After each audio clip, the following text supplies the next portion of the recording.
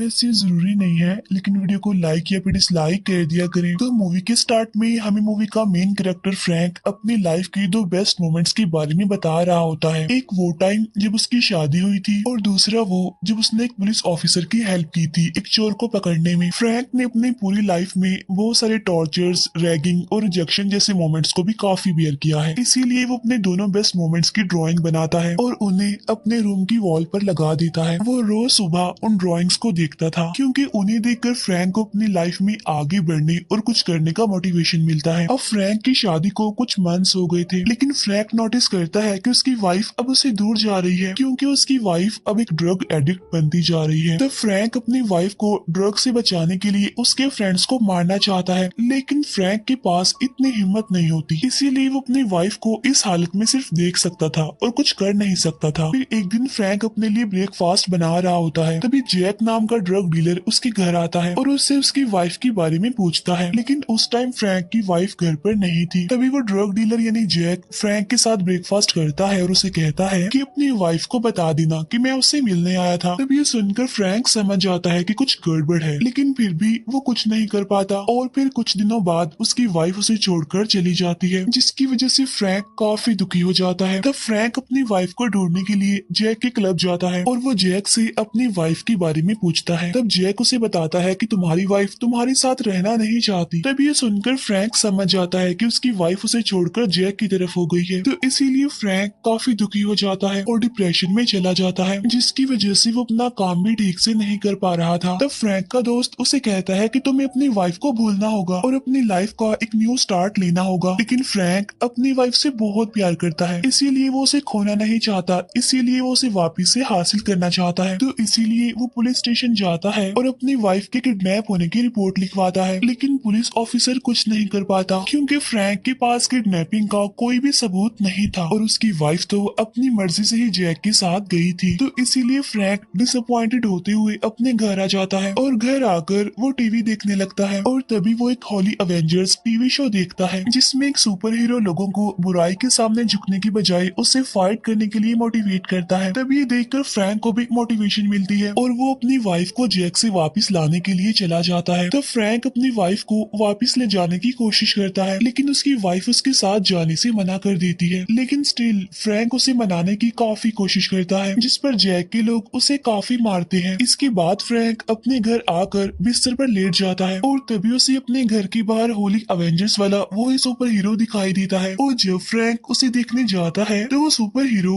वहाँ से चला जाता है। इसके बाद फ्रैंक अपने घर में एक व्हाइट रोशनी को देखता है। इसके बाद चारों तरफ से उसे बहुत सारे टेंटिकल्स पकड़ लेते हैं, लेकिन फ्रैंक को कुछ भी समझ नहीं आता कि ये उसके साथ क्या हो रहा है। फिर तभी एक टेंटिकल उसके सर को काट देता है और उसके ब्रेन को ओपन कर देता है। इसके बाद चमकती हुई रोशनी से एक बड़ी सी उंगली आती है और वो फ्रैंक के दिमाग को टच करती है। ऐसा होते ही फ्रैंक खुद को एक सफेद रोशनी वाली जगह पर पाता है, जहाँ उसके सामने होली अवेंजर्स वाला वही सुपर हीरो था। वो फ्रैंक को बताता है कि तुम्हारे दिमाग को गॉड की फिंगर ने टच किया था क्योंकि गॉड के पास तुम्हारे लिए एक प्लान है, जिसके लिए ही तो उन्होंने तुम्हें चुना है। और तभी फ्रैंक वहाँ पर सुपर हीरो वाला मास्क देखता है। फिर नेक्स्ट सीन में फ्रैंक खुद को अपने बेड पर पाता है, जहाँ पर वो बिल्कुल नॉर्मल था, लेकिन उसे यकीन होता है कि गॉड ने उसे चूज किया है सुपर हीरो बनने के लिए।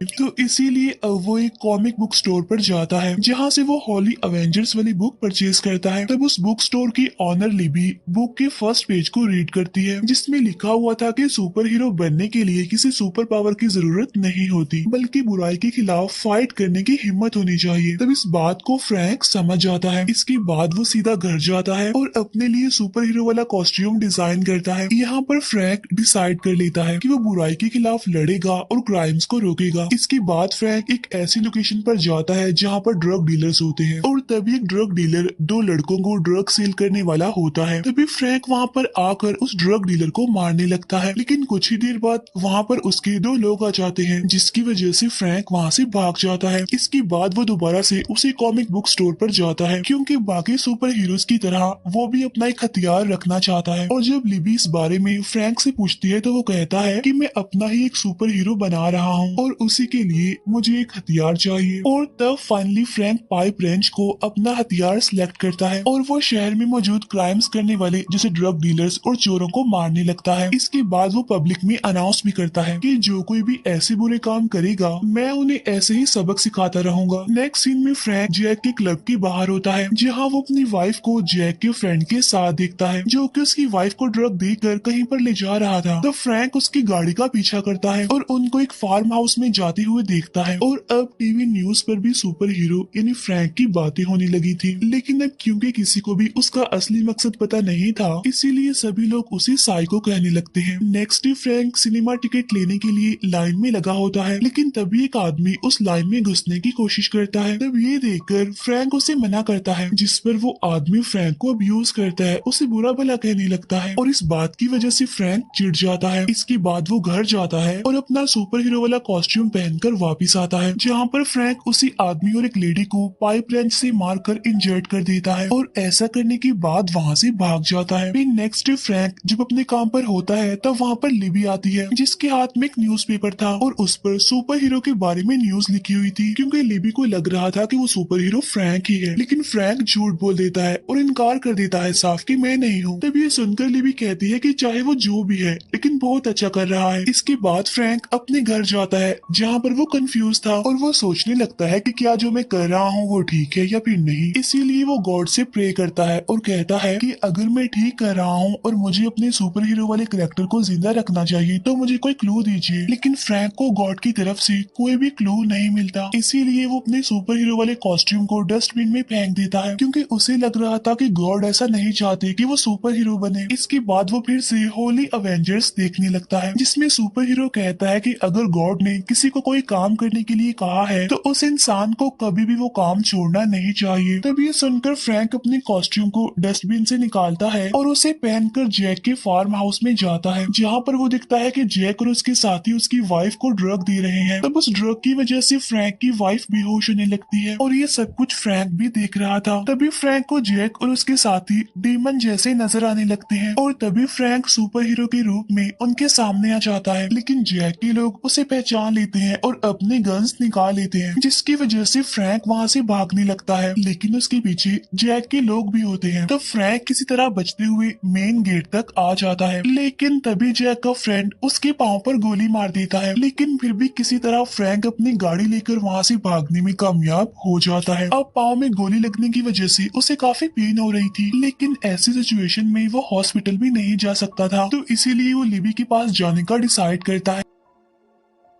आज लिबी ने अपने घर में पार्टी रखी होती है, इसीलिए फ्रैंक खुद पर प्लास्टिक शीट लपेटकर अंदर जाता है ताकि कोई भी उसे सुपर हीरो के कॉस्ट्यूम में ना देख सके। इसके बाद वो लिबी को कहता है कि मैं तुम्हें कोई जरूरी बात बताना चाहता हूँ। तब लिबी फ्रैंक को अपने रूम में ले आती है और जब फ्रैंक लिबी को ये दिखाता है कि वही सुपर हीरो है तो ये देखकर लिबी काफी हैरान हो जाती है। लेकिन जब लिबी को ये पता चलता है कि फ्रैंक के पाँव पर गोली लगी हुई है तो इसीलिए वो अपने सारे फ्रेंड्स को वहाँ से भेज देती है और वो फ्रैंक की चोट का ट्रीटमेंट करने लगती है। दूसरी तरफ जब पुलिस ऑफिसर सुपर हीरो की पिक्चर को देखता है तो वो पहचान लेता है कि कोई और नहीं बल्कि फ्रैंक ही सुपर हीरो है, इसीलिए अब वो फ्रैंक को अरेस्ट करने के लिए उसके घर पर जाता है, लेकिन फ्रैंक तो वहाँ पर नहीं था। इतनी ही देर में जैक के लोग भी वहाँ पर आ जाते हैं और वो उस पुलिस ऑफिसर को फ्रैंक समझकर शूट कर देते हैं। और जब जैक के फ्रेंड को पता चलता है कि ये फ्रैंक नहीं है तो वो अपने साथियों पर गुस्सा करता है। उधर फ्रैंक को दिखाया जाता है जो अभी भी लिबी के साथ ही था। यहाँ पर लिबी उसे कहती है कि मैं तुम्हारी साइड किक बनना चाहती हूँ, लेकिन फ्रैंक उसे इस बात के लिए मना कर देता है। तब लिबी कॉस्ट्यूम पहनकर बाहर आती है और वो फ्रैंक से काफी रिक्वेस्ट करती है, तो इसीलिए लास्ट में फ्रैंक को उसकी बात माननी पड़ती है। इसके बाद वो दोनों क्रिमिनल्स को रोकने के लिए एक लोकेशन पर जाते हैं, लेकिन काफी टाइम बाद भी